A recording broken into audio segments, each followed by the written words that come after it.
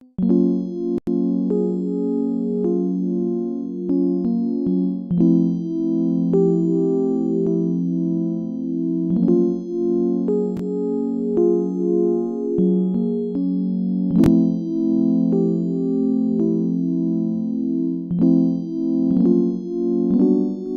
this is Franny back. We're back with episode 3 of Minus the Blueprint. This is Shay, and today's gonna be a good topic. This is Shaniqua, and yes, it is. That's why we got the wine. We're talking about some heavy stuff today.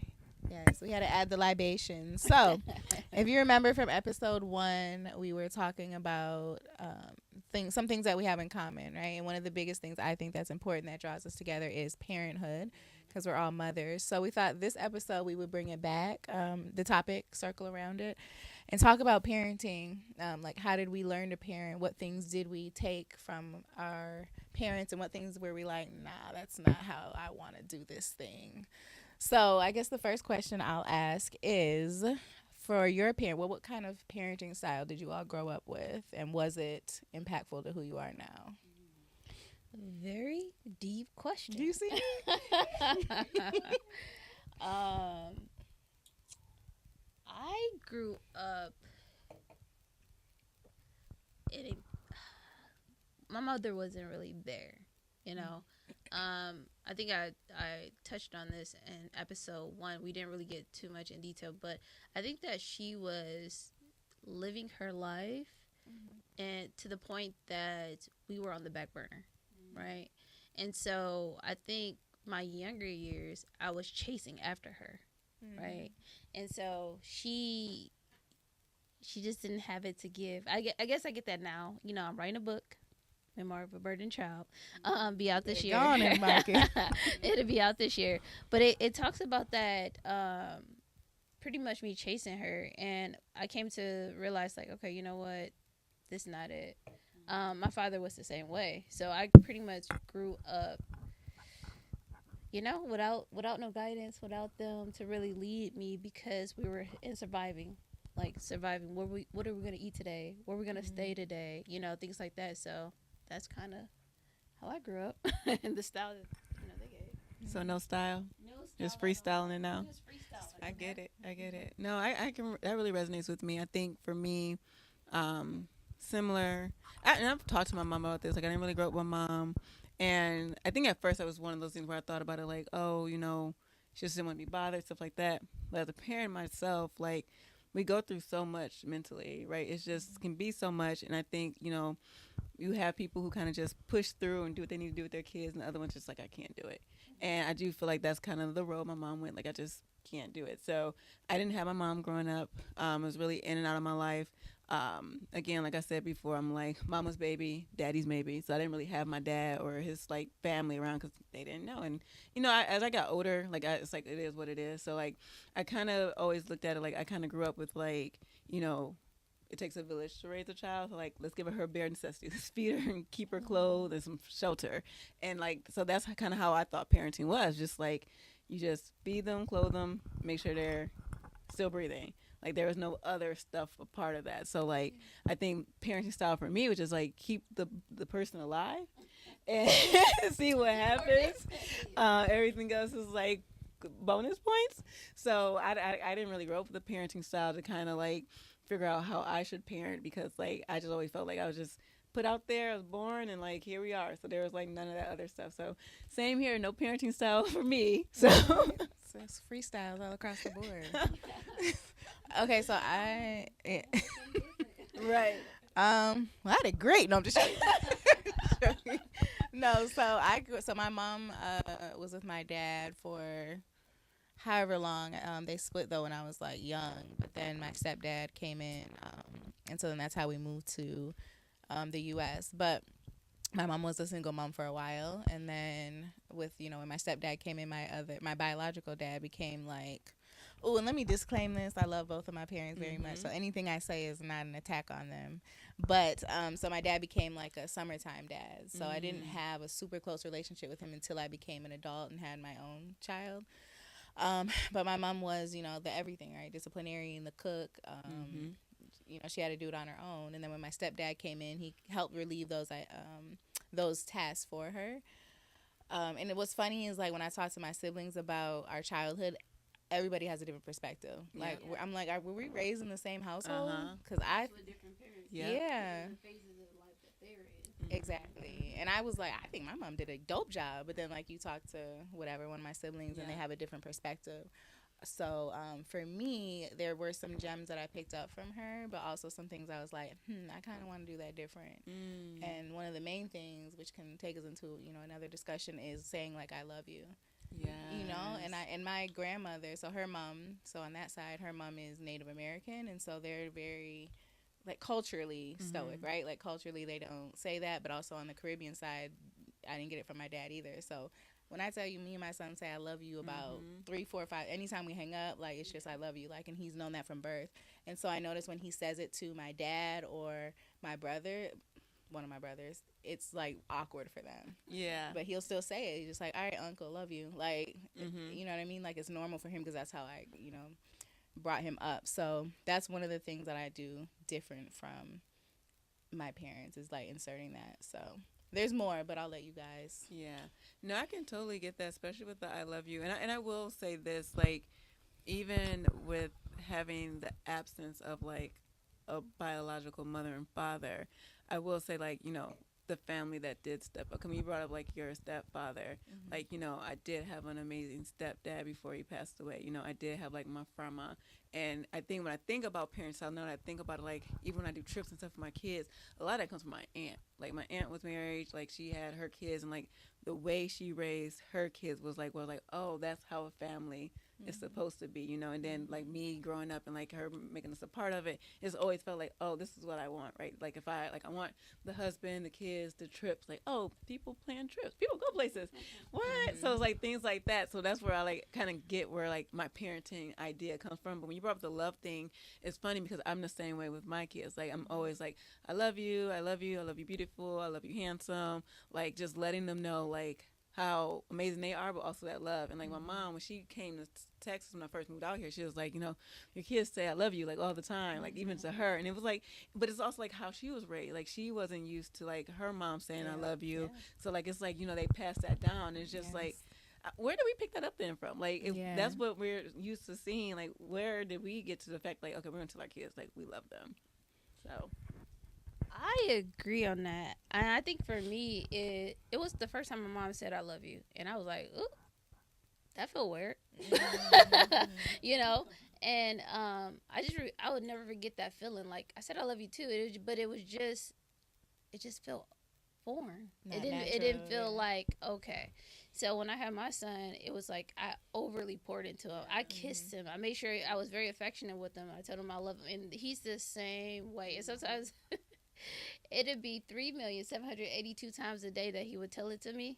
But it's just like he's used to it. That's how it is for him. And the same with my daughter. She said the same every time I leave out the door, like, drive safe, be safe, love you. Every time we hang up, it's always I love you. And it's because that's what's natural for them. It's natural for me to hug on them. It's natural for the to kiss on them. It's not nothing that it's foreign to them, because I remember how it felt the first time she ever said it to me. Yeah. And so I knew I did not want my kids to feel that. They need to know that I love them, not just verbally, but also hugging them. Because, like, even that, like, okay, you never hugged me before. Yeah. That's a little awkward, But it goes back to, too, because I think you said it, I don't know if it was episode 2 or episode 1, but, like, you can't, like, do what you don't know, because I literally had the conversation with each of my parents and told them that. And now my mom, every time we hang up, it's like, I love you. And it doesn't feel foreign anymore, right? Because I told him, I'm like, do you know you don't say it? And she didn't even realize it. And then my dad, again, like, with his culture. So now he's still, like, getting used to it, but he'd be like, all right, love you, bye. Like, it's like a quick, like, gotta get it out. Yeah. So, and I even talked to him about, right. And so I even talked to him about, like, how I felt about him being, like, a summertime dad and a weekend dad. And I was like, and I need you to have that relationship with my son, like your grandson. And so he has stepped up more, but it's still, like, when you tell them, it's almost like you expected them to know that. And that's what I tell my siblings or even my clients for therapy. Like, do they know that they didn't parent you how you wanted to be parented, or do they know that they impacted you in this way? So it's also giving them grace, right, for not doing what they didn't have the knowledge to do. And so I didn't really know my dad's side. Well, I didn't. Yeah, at the time, I didn't know my dad's parents, but like my mom's like parents I grew up with, and so I could tell like where she got it from. You know, just again that Native American culture, and you know she had 8 siblings, so I could imagine what it was like to parent 8 children. You know, but yeah, so I think that was one of the important things, the I love yous. The other one was that I didn't want. So I had this stigma about before I had kids, right? A stigma about single mothers, right? Especially being a black woman and being a single mother. Okay, airplane. Keep going. Okay. So, being a single mother and being black, so that was always something I'm like, okay, I'm never going to be that. Like, and I judge those women, right? Or women that had multiple baby daddies, baby fathers. And so when I became, and I hate to use that word because I'm not a single mother. I have such an amazing village. I've never ever felt like a single mother. But when that became what I identified as, I was super shameful of myself, and so then I stayed in a relationship longer than I had to make it work, so I didn't become that stereotype.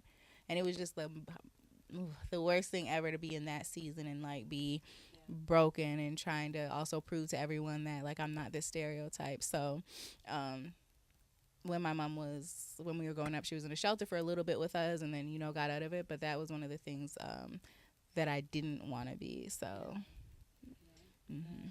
I think for me, I can resonate with that too. Mm-hmm. Well, in some ways, I think that I didn't grow up with a lot of visuals of what marriage looked like or people being married. Mm-hmm. So I never had that. I guess I never had that hope for myself. Mm-hmm. And I think it's because, again, I was still stuck in survival mode. I grew up a different type of way. I grew up like, okay, I still remember what it's like to be hungry. And I'm not talking about, hey, we just skipped a meal. I'm talking about days, right? Mm-hmm. So my focus wasn't about, hey, I'm going to get with this man and we're going to get married and we're going to build a family. I didn't know what that is. And honestly, I might still struggle with that a little bit, mm-hmm. of what it's like to come in partnership with someone and to raise a family. Mm-hmm. So when I thought about children, I don't even know if I thought about children, like as in, hey, I'm going to build a family. Yeah. I know what to do to not have kids. Did I do it? No. I got pregnant at 20. And it was in a situation, in a relationship that wasn't feeding me. And so I knew for a fact that he won't have that. I didn't realize that I was also passing that down to my son. But the difference is I knew I was going to be there. Yeah. I knew that he was going to have a house. He was going to have a room. He was going to have a bed. He was going to have food. He would never know what it's like to have to hustle, to eat at such a young age. He would never know what it's like to be evicted because he has a mother that's going to be there for him. And I get that's resonate with you. Like, hey, feed him, clothe him. But what I didn't realize in doing that, and I'm trying to heal my younger self through that I couldn't see him. And he was struggling through some things. My son had he was the typical hyper kid that went to school that people were like, okay, medicate him. Yeah. I didn't have any guidance on that. I knew it didn't feel right, but everybody's telling me what to do. Like, oh, take him. Something's wrong with him. Something's wrong with him. Something wrong. He can't do this. He can't do that. And I'm like, what am I doing wrong? So I internalized that. He's getting in trouble, but he's such a smart kid. Like, super smart kid. He was reading that too. He was doing all these amazing things, but his behavior wasn't conducive with his education. So something's wrong with him. And it's like, whoop him, do this, do that. And it didn't really feel right to me, but I was so lost that I was listening to what everybody was saying, because my main goal was make sure this kid can eat, make sure he had his bed. And once I satisfied that, I'm like, why are you still acting out? Like, I'm doing everything. And it took me to go into therapy to say that you were trying to heal yourself, that you could not see what he was going through. And that was hard. Therapy nuggets. That was hard. It was realization to me. I had to take a step back like, she right. I'm not seeing my son struggle. Like, he's struggling in school. I never did that. So how do I help him with that? And everybody I called on, and when I'm glad y'all had a village, but I did not have a village when it came to him. Mm-hmm. I reached out to organizations. I reached out to so many people because I'm like, I don't know what else to do. Mm-hmm. I don't know what else to do. I'm like, I'm getting a call every single day from the school to the point when the number come up on my phone, I'm having a anxiety attack. Yeah. That's how much they call me. Like, you need to come get this boy. And I don't know what to do. Yeah. and I had no guidance. But I told him like, I'll be there. That's all I could do. And I called Neek like, your godson is acting up again, you know. Girl, you embody that. You don't look like what you've been through. I'm sitting That here like, part. what? Right. You went hungry for days.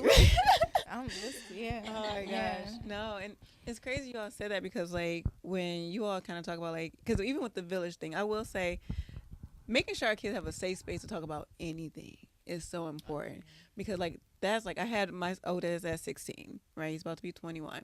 And I always say the reason I had him at 16 is because I didn't have a safe space. Like to be able to say, not like, you're not supposed to have sex as a teenager, but like if you know these things are happening, you go to someone and say, hey, I think I may want to be on birth control. The first reaction would be to beat you. And that was the first reaction. Like, oh, birth control, you want to talk about this. And for this person not to even be your parent, but is in charge of raising you and beating you because you're asking, what you going to do? I ain't going to bring it up no more. Ain't going to be able to stop having sex. I just know this is not a safe space because then the guy I'm messing with is a safe space. His house becomes a sanctuary because they don't have violence. They're accepting me. They're loving me. And so, with all that coming into play, then my son happens, right? And I think when we talk about like a village raising a child, it wasn't my village, it wasn't my family. Like I will always give my oldest son's dad like all the kudos because if it wasn't for him and his family, I probably wouldn't have graduated high school. I probably wouldn't have went to college. Like it's really important just to make sure your kids have a safe space. And I think that's the biggest thing that I changed from like how I was parenting versus how I parent now is like you can talk to me about anything. Like in the back of my mind, like my daughter talking about she had a boyfriend. I'm just like, why? But I'm not gonna say why. I'm probably gonna text y'all like, oh my gosh, like this already? Girl, this musclehead little boy. But we'll talk about that another time. I'm just like, put on the smile. Guess we're all going to the movies. But that's the space we're gonna have some conversations tonight. Okay. Oh Lord!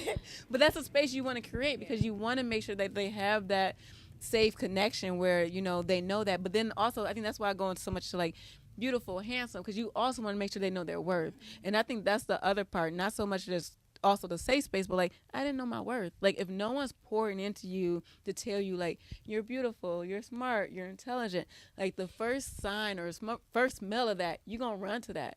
So like I always tell people it's crazy because like my son's father was actually my bully first, but like he showed me attention. I know it's so weird, right? But he showed me attention and we were down the street from each other, so it's like I know. But that was the attention, that was more attention I was getting. Right? So it led to something else. So it's like, it's so important just to pour into your kids to let, even if you don't know what that feels like, even if it's uncomfortable for you, like you say, like go to therapy, figure out your own stuff, but like, don't put that on your kids. And I think a lot of times, like I've talked to my mom, like no one told her that. Like no one told her she was beautiful. No one told her this, that, and the third. She didn't hear that from my grandma. So of course she's going to run to me. Like she had my sister at 14. So it's like, how do you break those generational curses? And like, even though John's about to be 21 and no kids, stuff like that, I don't think my anxiety, and y'all could probably talk more about this, doesn't come from the boy. It's come from like, I got a little girl, you know what I mean? I think that's where a lot of my anxiety, but we got to treat the boys and girls the same, right? Like we can't just like single out. But I think with John, I was like, I was never worried about that. Like I didn't think about it as much as I think about Dream. It's just like, I really want to lock you in the tower, but I can't do that. So here we are. So I'm just like, I'm working through those emotions as a parent, like, especially with the little girl, just like, okay, she's not me. I'm not my mom. We're going to like work through this so we won't have like repeated situations. So yes, I get it with like the tribes and everything, but I think the biggest thing that I'm learning is just like, I just want to protect on a different level, right? I want to be the one that protects my children in a healthy way. And when you're talking about like the beating and stuff like that, one thing that I think everybody probably would get annoyed with me about in the past was like, I don't whip my kids. I don't whip John. I never whipped John. Mm-hmm. Well, no, I take that back. I learned my mistakes from John, right? I learned, but I don't. Right. Yeah, I learned my mistakes from John, but Dream and EJ, no, I don't. Like we have conversations. Like Dream, you have to write a paper, or we do like other things, but like put my hand, I would never ever, just because of the abuse that I went through, I would never do that. Like that's not healthy. And like I think we're so programmed to think like beat them. That doesn't help anything.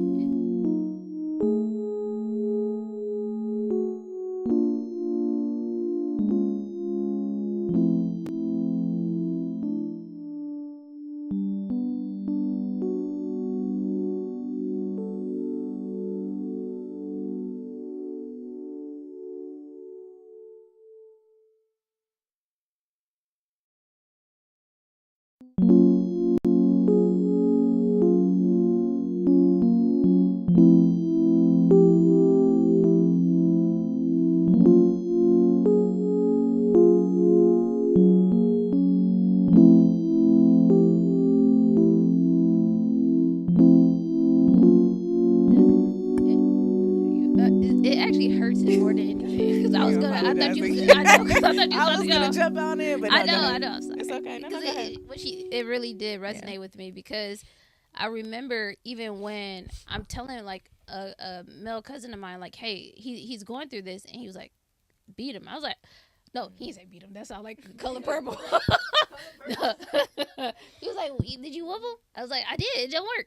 It don't work. And he was like, you didn't do it right. And when he said that, I was like, Gotta get the steel belt with the spikes. that's not the answer. That's not the answer. And I think it was more so it doesn't work. Now, my son and I went to therapy. I put him in therapy when he was 12, and we did it together, and we really learned how to work on our relationship. That's awesome. Because it was a learning, but with my daughter, she never got a whooping. Actually, you can just talk to her, and she just like, okay, so it was never that. And I think I learned so much in parenting him, that I realized I didn't have to do that with her. But it is different, a boy versus a girl. I think for me, I look at the men in my family, and I'm like, my son got to be better. So I started parenting from fear that he would follow in that footstep, because he didn't see better. That makes sense. Yeah. But with my daughter, I'm healing myself through parenting her. It's like, okay, the same thing. You're beautiful. You're worthy. Giving her space to feel how she feels. Like, she tells me everything. Yeah. How do we work through that? And I see little things that, okay, if I don't nip this in the bud now, then it will become a problem as an adult. Like, I'm telling her the power of no. Things were happening where this little boy on the bus kept wanting to see her phone, and she gave it to him, and she'd come home. Mom, he asked to see my phone again. I said, you tell him no? No, but can you go talk to his mom? I said, no, I can't talk to his mom. Until you learn how to tell him no and stand up for yourself, and earn and own that no, I'm not gonna intervene. And so it's like, she came home, I told him no, and I said, what did he say? He didn't. He said, okay. I said, you see how powerful that is? Own your no. Yeah. Just working. Okay, so that's not having, going back to our title, not minus the blueprint. So working in child welfare, right? So I see parents, because it's not a natural thing. You don't just become a parent and then you got to figure it out, right? So seeing the tons of cases, being with child welfare, working with parents that don't that abuse and neglect their children. And it's just, to me, I've just been so grateful, because parents have so much power. Like, God gives us so much power. You're literally like molding a freaking human being. Like, everything you do impacts them, the way you respond to them, the way you interact with them. You know what I'm saying? So seeing these parents that come, and it's generational, right? I see generational CPS cases. And so seeing these parents that come with their, trying to get their children back, fight for them. But then when we return them, they're still in the same state, because nothing's changed, right? Because it's ingrained in them, or if they're just doing it to get their kid back because, they have to, because courts are involved, right? But you're seeing that dynamic, and parent kids, and I don't know if you guys are there, but kids that have been abused and neglected, any kid, like, they're going to always long for their parent no matter what they do. So is that something that you guys, just because you guys have different experiences than me, but do you feel as an adult now that you still long for that, even if it's like in the back of your mind? Good question. Got the 1-2 hitters today. I think it will always be a trigger when I see a mother-daughter relationship that is good, and I'm like, oh man, that hurts a little bit, because I don't have that. But I think I came to like the understanding that she doesn't have it to give, and that's okay. She's still dealing with her trauma, right? And her way of dealing with her trauma is to numb herself out of the world, and therefore she can never show up. The same thing when I see a father step up to do. I feel that way too, but it's just, I think it's always going to be a trigger, but not nothing that makes me collapse. It's not nothing that makes me fall apart or anything like that. It's just like, oh, that hurts a little bit, So that's my answer on that. I think the only thing I feel any type of pain about is, my son not having a father, and pretty much passing that trauma on because I wasn't conscious enough to say what does a family look like, and striving to build that outside of striving to build my career and just having to get pregnant and just having to do that. I wasn't conscious about that. I That's a really good question, friend. I think for me, like my relationship with my mom is a lot better than it was. Like it exists now, right? But I think like because I didn't have anyone, like I never longed for it. Like I never like saw a mom and her kids like, oh, I wish I had that, or a mom or their daughter and a father like, wish I had that. I think like I just overall like, dang, I just wish I had a family. Like I didn't care how it showed up. Like, dang, they got cousins, like y'all friends, you know who they are. Like that type of stuff is for me because it's just like I just never had anything, and I think that's why I go so hard for my kids with their fathers. Like even though like regardless of the situation, regardless of what, like I always push for like they gonna know their fathers, they're gonna know their side of their family. Like it brings me joy. Like they can go. That's my other grandma. You know, they interacting with cuz like that's. I think I've been so focused on building their relationship with their other sides that I never really thought about myself because I was like, as long as they have it, then I'm okay. And I'm like, I think more recently, like talk to my therapist, like I'm kind of peeling back the layers of what it looks like for me to have family. But it's just like, I'm gonna be honest, like, does it matter at my age? Like, I go back and forth with myself, like, especially when it comes to, like, my dad's side of the family. Like, does it matter if I know if he's really my dad now that he's not there? Like, does it matter if my grandma? But I think about my kids, right? But then I go back and forth like that. Well, they have another grandma on their dad's side. So it's just like, I'm getting questions now, I think, especially from Dream and EJ, like, you have a whole other side that doesn't exist. I was like, I know. Go call your other grandma. Like, but I was like, but it makes me think too, like, does that impact me? And I never really thought about that. Like, I honestly don't know. I don't know. Well, yeah. I think I answered that. I guess what you said kind of triggered another thought though, because yeah, you know, I knew my grandfather, I knew my grandmother, cousins, and all of that, and I think that it's just that I didn't have what I needed from my parents, and I think that you know that's where my pain comes from. But it's not. It's something that I'm addressing, and it's something that I'm dealing with. But I don't.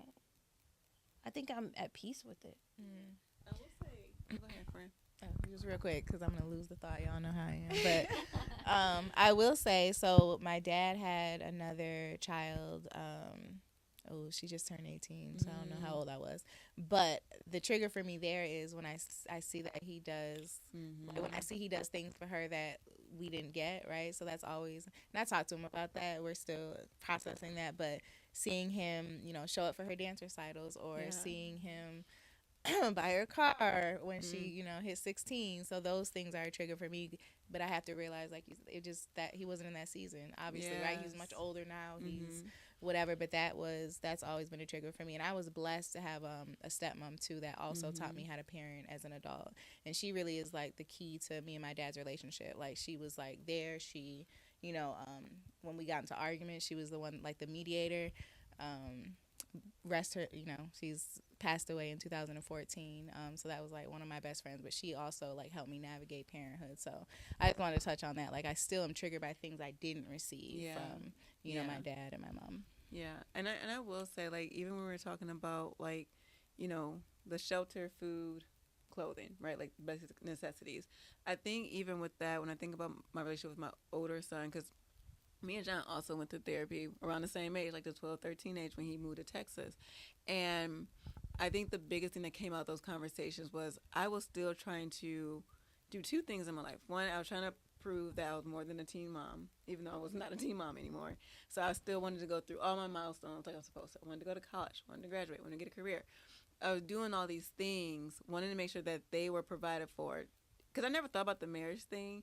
I always thought about, like, well, as long as I have a house, that's ours. As long as I have this, that's ours.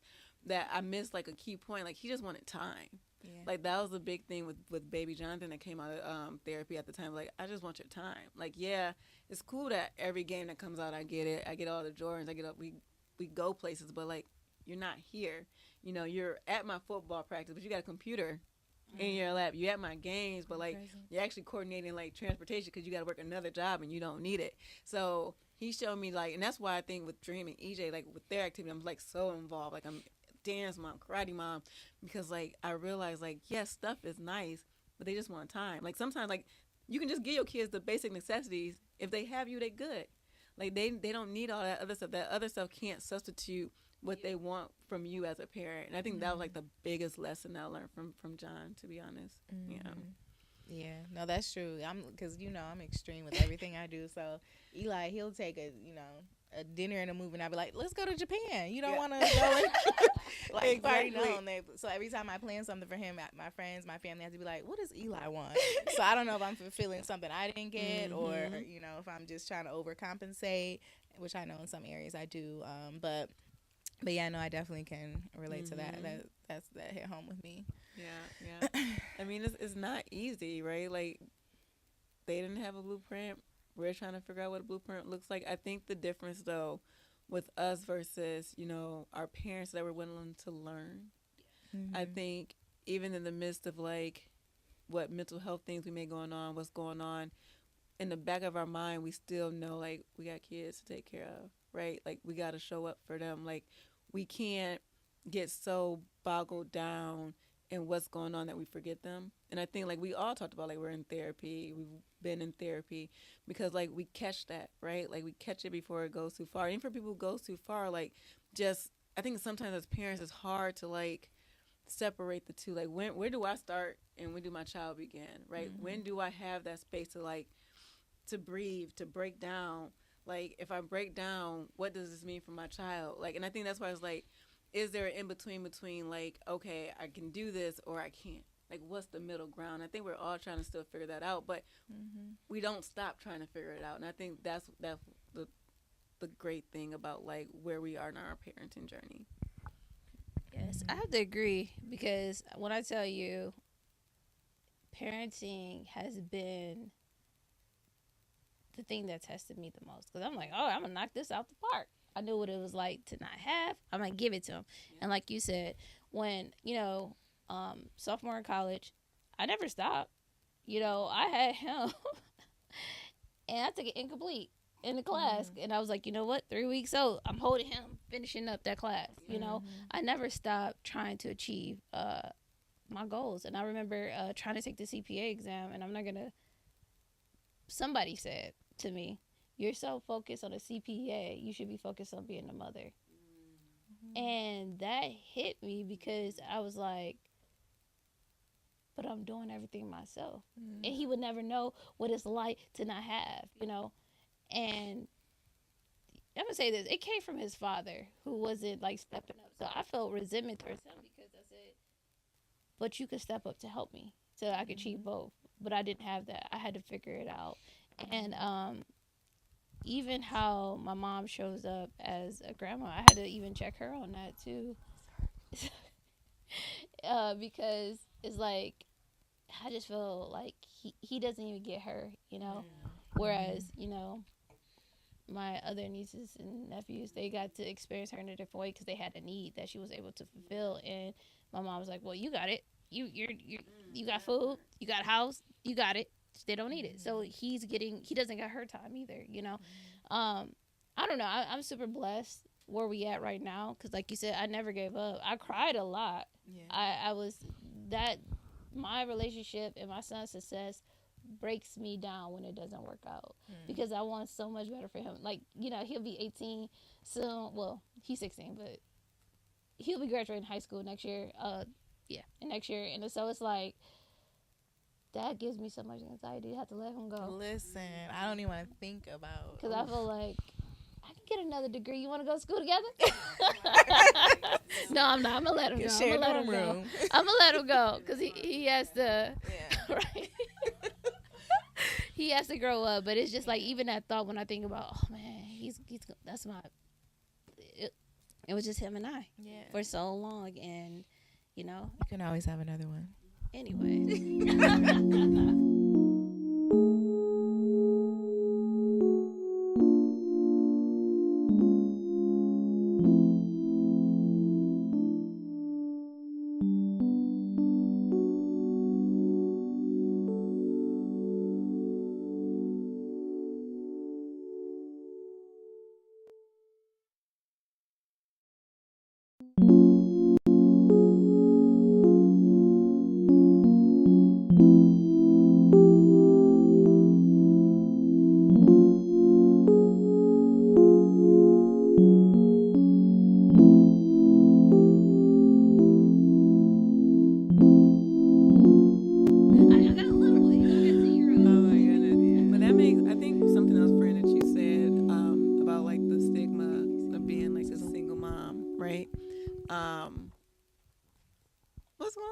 Anyhow, the stigma of being a single mom. I think I'm gonna say this, and this can be my opinion. Sometimes it's just better to be a single mom to be in a relationship that's like so toxic. I agree. Because I always say, like, when I say I don't count baby Jonathan, I don't count that because I was so young. But like, if I could, I know, if I could, like, with my daughter, with the relationship I have with my daughter's father, like, I could have saved so much just pain of how I was able to show up for my kids if I would just said I'll just be a single mom.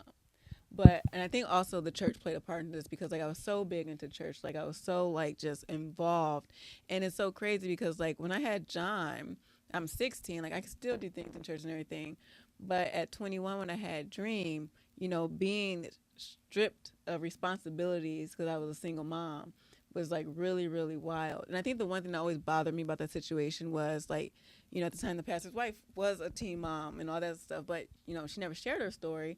But like it's like the stigma of it, like it's like, you know, the one place I feel like I have sanctuary, you're taking everything away from me, like my spiritual guidance, because I'm pregnant. So my thought at that time was like, well, let me go marry the daddy, even though there's like a whole bunch of other little ones floating around. Let me marry him. Let me do this. So like I just feel like if I would have had guidance, or even like if I would have had parents to kind of say like, no. Right, exactly. And that's why I think family plays a huge role. It's like not to even just like how they guide us when we were a kid, but like in adult decisions. Like if you have someone sit you down, it's like, no, like yeah, you did this, but we got you, or you don't know. This is why you don't need to do this.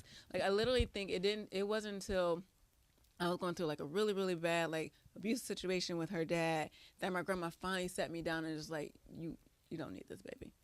Like, and I just wish, like, when you have that consistent, though, conversation, that's why I think I'm so big with conversation for my kids, because, like, I want to nip this in the butt now. Like, I can't say who you're going to be with. I can't say, but I just want you to know, like, plant that seed, like, this is not okay. Or I don't need to be treated like this. Or I'm loved enough to, like, know better. And that's why, like, I do cherish the relationship my daughter has with her father, because she knows at the end of the day, she's the apple of his eye. She knows how she should be treated. So, like, Theo's knuckleheads are going to come and go. But I feel like there's enough sense to say, I don't got to play with this long. Or that, you know what I'm saying? It's just like, but when you have none of that, that's how things go for so long. And it's just like, sometimes it's just better to just figure it out on your own versus like being in such bad situations. So I just thought about that because you were talking about the single, because I had the same thing, like being a stigma with that. But it's just like, if I could turn back the hand of time, like, give me my badge. I'm here. No, for real. And even like now, so I get, and this isn't to be boastful, but like a lot of people do tell me like, you know, I'm a good mother, you're doing so well with Eli, and I'm like, because it's always that, oh, I can do this more, or because even when like I get upset at him, I beat myself up so bad, like, oh, I should have just been a little more patient, or I should have talked to him differently. Even in the mornings, I'm very intentional. When I drop him off for school, we always pray. And then even if I'm mad he didn't do the dishes the night before, and in my head, I'm like, I can't wait to, you know, but then I'm like, I'm not going to do it in the morning because that's going to set the tone for his day, you know? So I'm very intentional with that, and I'm always like, man, I just wish I could have done this, and this more, or, you know, would things have turned out differently? You know, now he's 15, so he's getting into these little girls and whatever. So I'm always like, I wonder how he would be like in a relationship. Like, did he learn enough from, you know, my parenting and his uncles and, you know, that, and my mom helping raise him or whatever, to where he is going to be like that stand-up guy? Would he be somebody that I would date? Because I'm hoping I'm instilling that in him. But I think I'm still working on imposter syndrome, as, you know, with being a parent, and just accepting like, you did do a good job, you know? I feel that because I think I feel that way as well. Like when people say, "Oh, you're a good mom," I'm like, "Am I?" You know, because I'm just really working. I'm not seeing it. Like, you know, and I hope it's not just because okay, I take them on trips and stuff like that, but it's the other things that, you know, filling the gap with giving them space to talk, giving them all that. And I think about Anna, right? Regardless of what her dad and I go through, he's there for her, you know, and she's super blessed because his family is very close, and she has that, and that's one of the things I truly appreciate is that, you know, she has that well-roundedness, she's grounded, and you can just see the difference, you know, like when I said, okay, you know what, I'm struggling with my son, whereas I know they're two different people, but if she would struggle, it's two people that's coming together, you know. Just for the people, that's her daughter. Because you said her name, and I'm like, at first I lost you. Like, who's that? And then, Yeah, that, that's my baby. You know, and you know, parenting totally different. Being very grounded, especially just basically learning from the mistakes I did with my son. But also, you know what, the thing with my son too is apologizing to him. Yes. I had to apologize to him. I had to tell, you know what, I did that kind of, even when sometimes I kind of go overboard. I was like, oh, did I take it too far?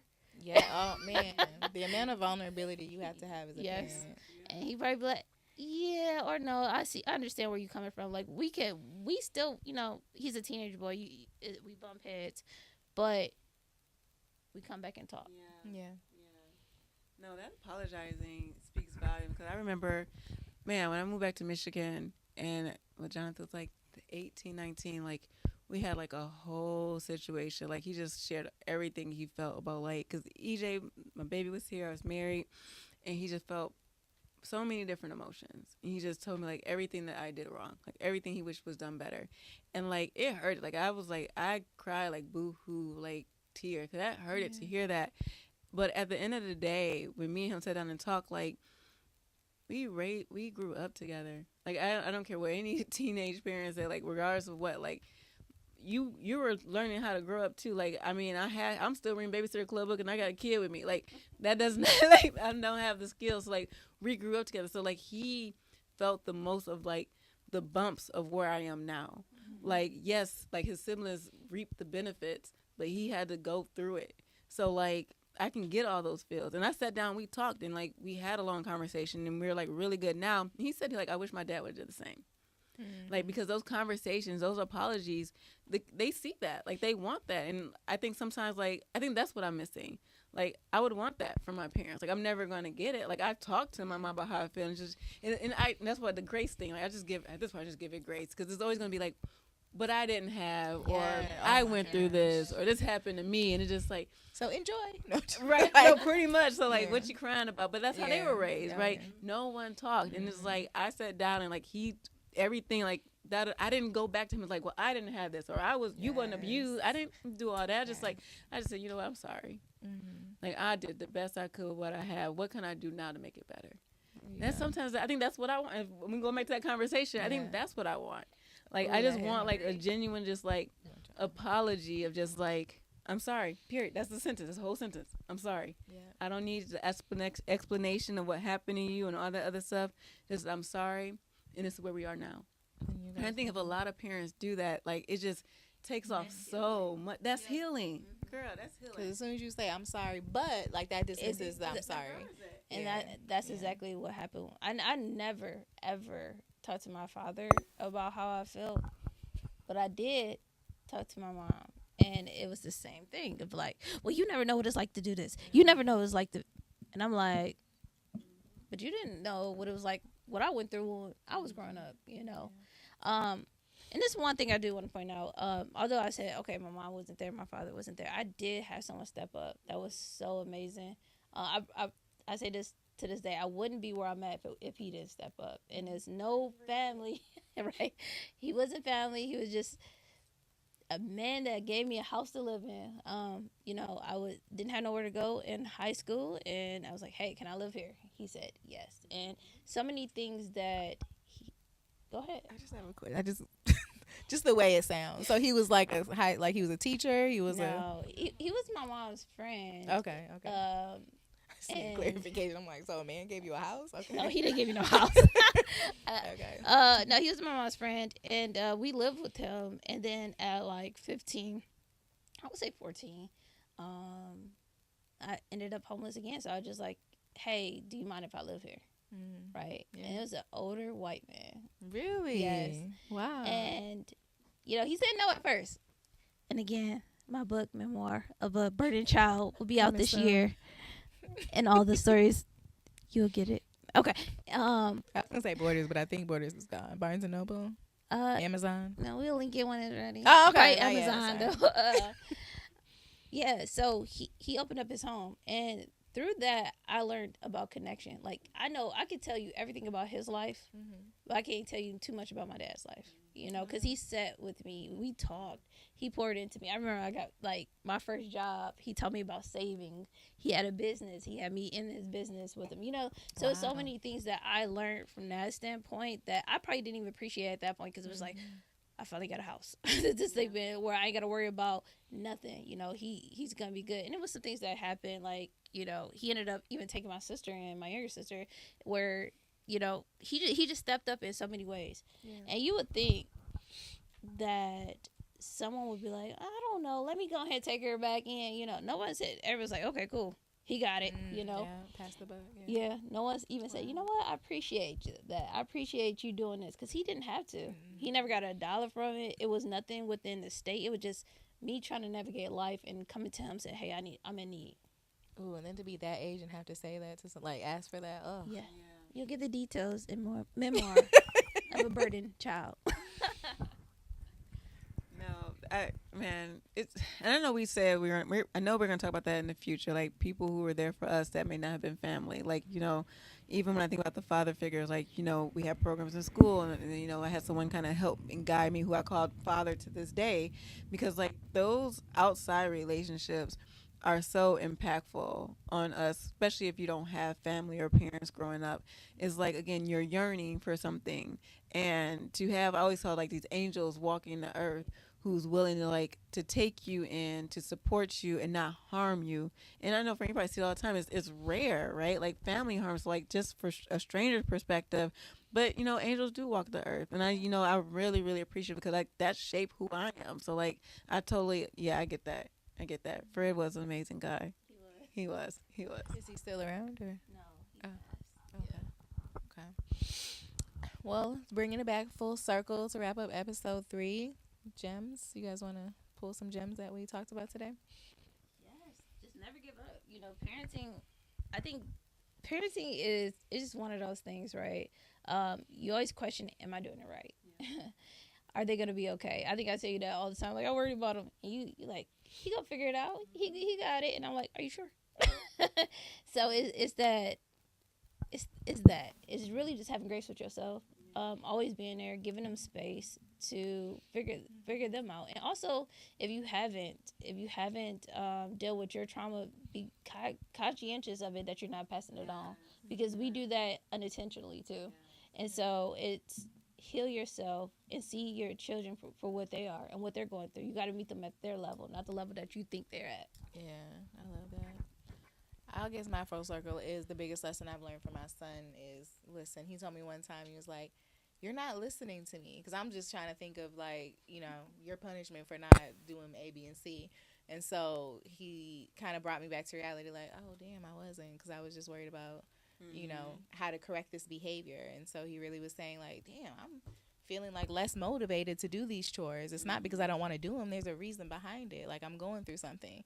Like, oh, what you got to go through? You're 15 years old. I pay bills. I work 50 jobs and, dealing with life. So that's probably for me, like you said, like just be willing to grow. Be willing to grow. Be willing to listen to your children. Learn from your children, because you don't know it all.